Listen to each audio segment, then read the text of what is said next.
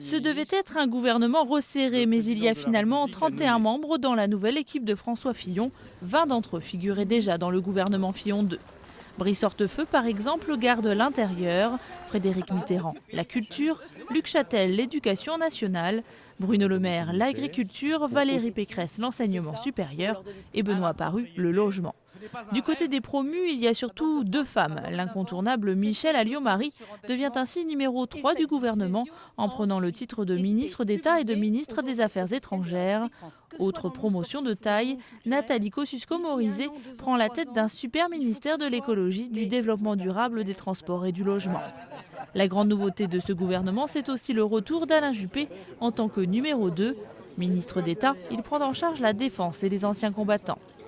Autre personnalité à revenir au premier plan, Xavier Bertrand quitte son poste de secrétaire général de l'UMP pour chapeauter un ministère de l'Emploi, du Travail et de la Santé. Du côté de Bercy, pas de bouleversement profond. Christine Lagarde garde les finances, François Baroin le budget, Georges Tron la fonction publique. Arrive Nadine Morano, ancienne secrétaire d'État à la famille, désormais en charge de la formation professionnelle. Éric Besson, ex-ministre de l'Immigration, devient quant à lui ministre de l'Industrie, de l'Énergie et de l'Économie numérique.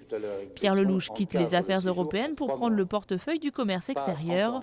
Le franc-tireur sarkozyste Frédéric Lefebvre devient secrétaire d'État au commerce, à l'artisanat et au tourisme.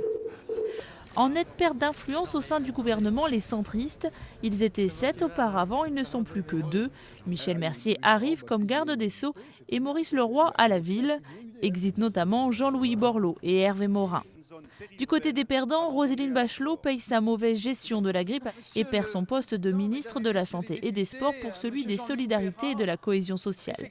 Enfin, à noter l'arrivée de Patrick Ollier, compagnon de Michèle Alliot-Marie, ainsi que de 2 fortes personnalités de l'Assemblée.